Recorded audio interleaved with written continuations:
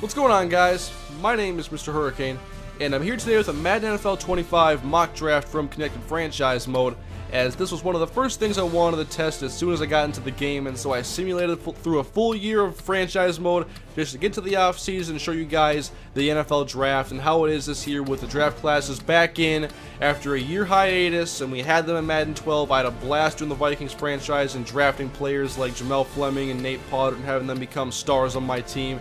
And the draft class file I'm using was downloaded from Operation Sports. I had to put it on a flash drive, then put it on my PS3 that way. I'll link the thread in the description, although it's a PS3 only thread. And I'll talk more about draft classes a little bit later in the video, especially for those that are looking to get good ones. And here you can see the top prospects in this draft class, led by Jake Matthews, offensive tackle from Texas A&M.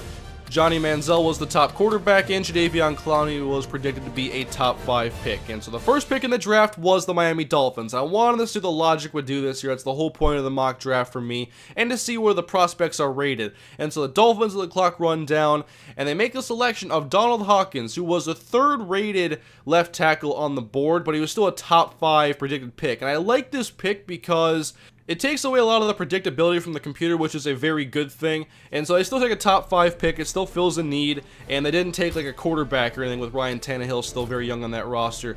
But I picked the Vikings in the simulation, and they left me wide open to take Jadeveon Clowney with number 2 pick to replace Jared Allen. And then the Buccaneers really threw a monkey wrench in here, taking D'Anthony Thomas, number 3 overall, and they have Doug Martin, a very good starting running back. I didn't like that pick at all. Then the Rams went with Johnny Manziel, and I did not look at the results of the season to see what the records were or whatnot, but I assumed that Sam Bradford didn't play well if they were the 4th worst team. And then the Raiders take A.J. McCarron. So the top 2 quarterbacks were Manziel and McCarron, and then the Cardinals take Taylor Lewan to shore up the left tackle spot. Jackson Jeffcoat goes number 7 overall to the Buffalo Bills, followed by Andrew Norwell to help block Andrew Luck for the Indianapolis Colts. And you'll see the rest of the first round picks come off the board. There are a few weird things like the D'Anthony Thomas pick, and you might not expect a tight end to go that high. But, you know, a lot of these picks I thought were really good, and there were a lot of offensive linemen going early in this draft. And much like the 2013 NFL draft was in April, and there weren't very many high-rated skill position guys in this draft class, and there was only, I think, 2 first-round running back prospects and 1 first-round receiver prospect, which was Marquise Lee, who was predicted to go 6th overall. And you'll see when he finally goes in this first round as the Broncos snatch up another running back in Kadeem Carey, but Marquise Lee goes 24 to the Seahawks.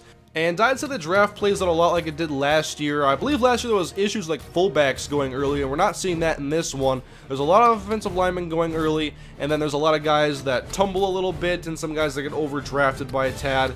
And here's Teddy Bridgewater falling down in the first round to 31 overall to the Philadelphia Eagles. He was predicted to go 16 overall. And then in the second round, you can see a bunch of quarterbacks that are very good still available. And this here, I think there's way too many good quarterbacks. There's like a dozen in the first 2 rounds. And I'm not sure how good this class is really going to be, but I'm assuming that that's not going to be realistic. And then in the 3rd round, I was able to snag Sammy Watkins, who was a late 2nd round prospect. I got him early 3rd round, so it's not much of a real drop off there.